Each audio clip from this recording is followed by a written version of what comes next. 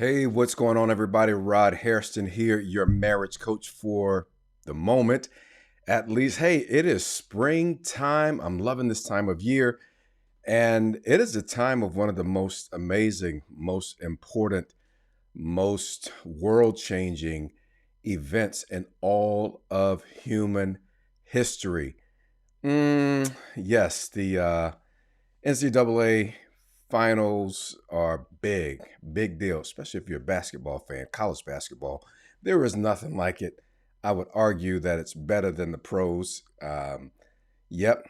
And, of course, the NBA is getting ready for playoffs and all of that. Yes, it's big time. Those are big time events. I don't know if they're world changing necessarily. And I'm a sports guy. I like sports. I've spent a lot of my life working with people in the professional sports world.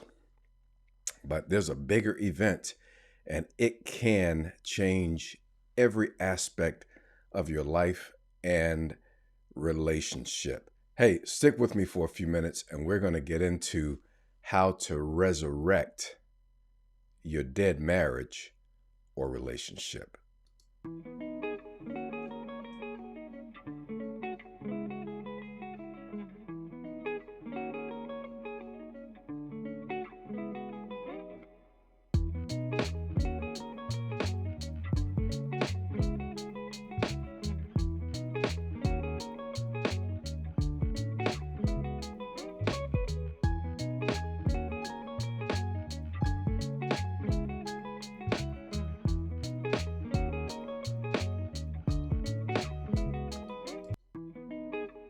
All right, hey, Rod Harrison here, marriage coach, author, speaker. I want to be your marriage coach, at least for a few minutes, if you will allow me. We're going to get into some good stuff today as we talk about resurrecting a dying marriage or a dead marriage or a dead relationship. Before we get into the meat of what I want to share with you today, hey, I want to remind you, as always, I have the free Happy Marriage Workshop / checklist because it is a bit of a workshop. I take you through in a video format the key things that make a marriage and relationship really thrive. But you can take those key things, those 6 things, and really build on them so that you can have the marriage and the relationship you need. And let me tell you, do not give up on your marriage or relationship because it's dead. I know what you're thinking, like, hey, I can't do this anymore. I'm done. Hey, you can have the marriage that you once dreamed about. You can have it. I'm telling you, if you're already in the thick of it, you've invested time and energy and money and all of that. Don't give up on the marriage because it's dead or feels dead. There is still hope. I really believe that for so many more people than you might imagine. So make sure you get the workshop. The link is down in the notes and it's there just for you. I got some goodies. I want to help you. I want to help you grow your relationship. Let's talk about how to resurrect a dead relationship, a dead marriage in particular, is what we're talking about. So he says, so how does this work? How does this work? What causes marriages to die in the first place? One of the big killers for marriages is simply ongoing, perpetual disappointment. You have expectations, and when expectations don't meet reality, there is disappointment.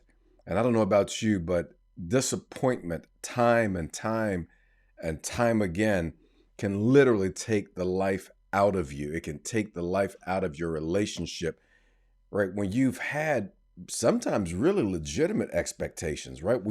I had an expectation that we would connect and that we would care for one another. I had an expectation that we would serve one another, that we would build something amazing together, that our daily connections would really feed both of us. And maybe you've been deeply disappointed.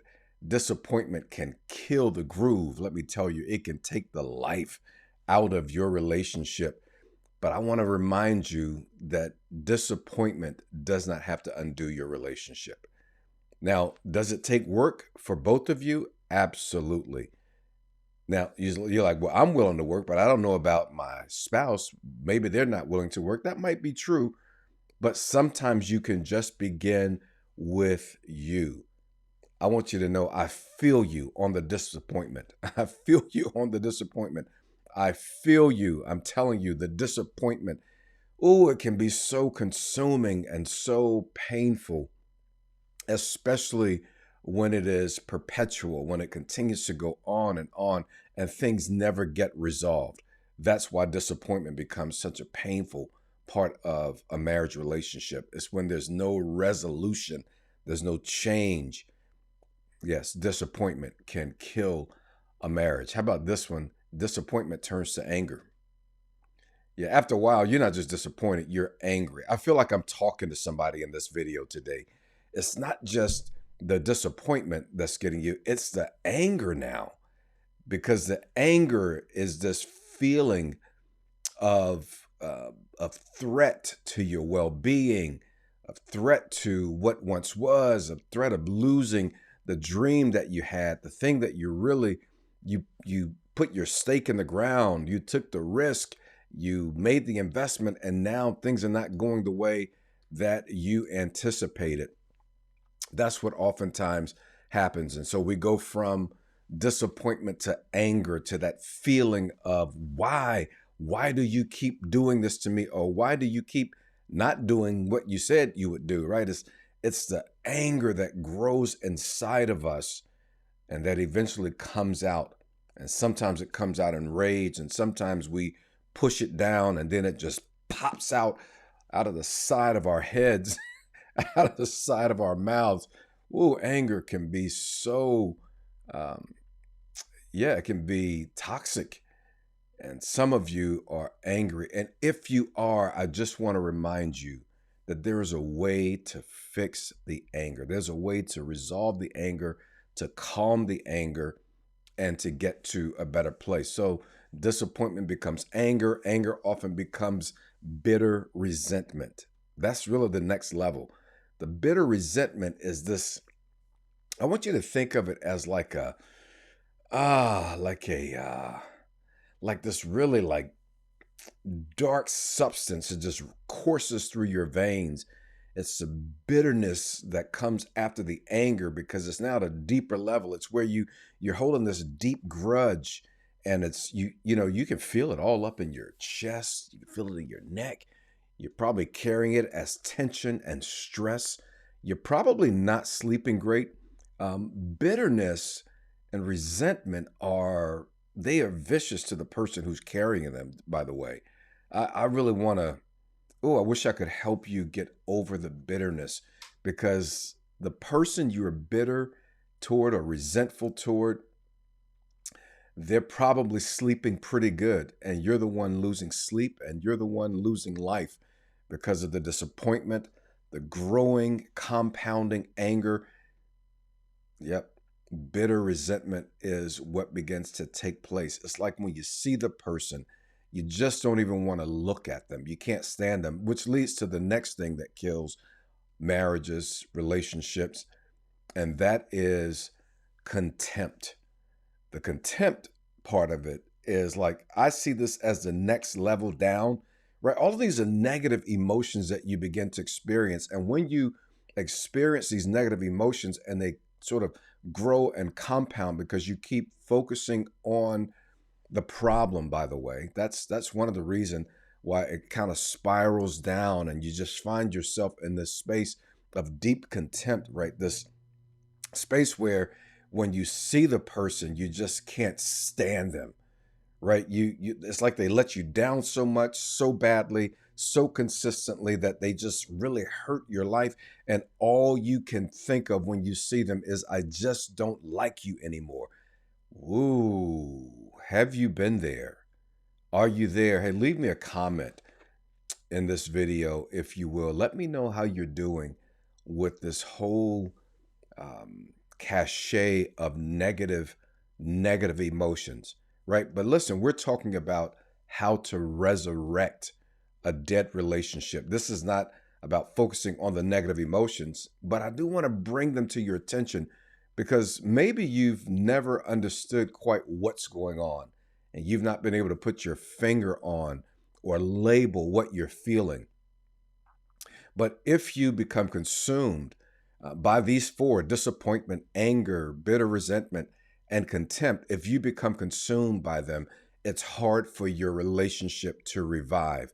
And I'm telling you, I've worked with so many couples who have gone through this sort of progression of negative emotions, and I have seen couples return to their dream marriage. So how does this happen? How do we resurrect a dead marriage or relationship? I want to give you a few tips. The first one is there has to be some restitution. So often when I'm working with couples, right, they've been hurt by one another. They've sometimes there's been infidelity. Sometimes there's just been sort of these ongoing micro wounds, what I call them, and they don't get resolved. And so um, the person oftentimes who's been hurt will say, "I forgive you. I forgive you." Right? In fact, you can still love somebody who's hurt you. You just don't feel close to them. You can begin to recover when the person who has offended, wounded, and sometimes it's both, are not only committed to forgiving, but they're committed to restitution. The whole idea is restoration, right? If I take something from you or if I damage you, I not only want you to forgive me, but I have to commit to doing whatever it takes to help restore you. And maybe you're the person who has wounded the other, or maybe you are, both of you have wounded one another. Make a commitment to restore the other person. Say, hey, you've forgiven me, or we've talked about forgiveness, but I want to focus on how can I make it right with you, right? It can't be like a ridiculous list that puts people in prison. But if you come up with two or three things that would really make the other person or they make you feel like they're serious about restoring what was lost in your relationship. Sometimes that can be, okay, I'm going to put my phone away for certain times, or I'm going to be with you. We're going to spend more time together. I want to be more open to things that I've done that offended you, that hurt you, that I want to make sure I create an environment around our marriage where you don't have to worry that there'll ever be more infidelity. I want to empathize with your feelings, with your emotions, what you're dealing with when you're triggered. See, that's called making restitution. So restitution is important, but also forgiveness is important because when you carry unforgiveness, remember I talked about that dark substance that courses through our veins, right? So toxically, that's what forgiveness helps to remove. It removes the toxin from you and removes the toxin from the dynamic of your relationship where there's real forgiveness. Jesus says something really powerful when he was on the cross. He said, "Father, forgive them, for they know not what they do." What a powerful statement. See, this is that time of year where we focus on the resurrection, especially if you have a faith background rooted in Christianity and biblical truth. That's where my life has been centered, and I've learned a lot about the power of forgiveness. Here's what I know. I don't think there would have been a resurrection without Jesus first forgiving. Can you imagine a resurrection, new life, a whole new lease on life without forgiving the person who wounded you and offended you? To forgive is to empower yourself. To forgive is to get yourself some sleep. To forgive is to get free from the grip of anger and resentment and bitterness. To forgive is a powerful, powerful tool that positions you to think, see, and live much more powerfully and clearly, I would suggest. I would say um, there must also be a death. There's got to be a death, right? We got to kill some things in our marriage, right? We're never doing this again. I'm never going to do this again, right? Just kill it. Just it's done. It's not served us well. Sometimes we come up with solutions, right? Things that I'm going to do this from, and I'm going to hurt you, or we have these things that we've just done all of our relationship that don't serve us well.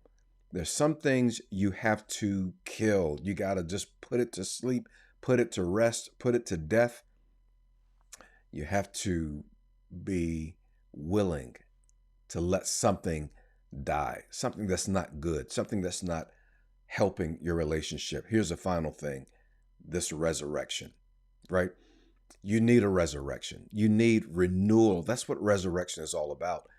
You need to begin a regimen for renewal. Sometimes you have to change the environment. Sometimes you have to change the language. Sometimes you have to change attitudes, right? Whatever it is that you have to change so that there can be renewal, you can actually begin to revive your relationship. And that's my hope for you. That's my desire for you. That's what I believe is possible. And I know that you can have that. I've seen people experience it. What is it that you can do to begin to renew your relationship? All right, so now I've mentioned to you my free happy marriage workshop. I want to mention it to you again. It could be the beginning to you moving your relationship out of a dead place into a live, vibrant, life-giving place. Hey, I'm a hope dealer. I believe in hope. I believe in helping people revive their relationships. I want you to get this free workshop and checklist so that we can help you move out of that dead place in your relationship. It's just the beginning. And so I want to invite you to grab that. All right. Hey, I am Rod Harrison. It's been an absolute joy to be with you. I hope, and I pray that this has been helpful to you. And listen, do not give up on that marriage. Don't give up on it. You don't have to.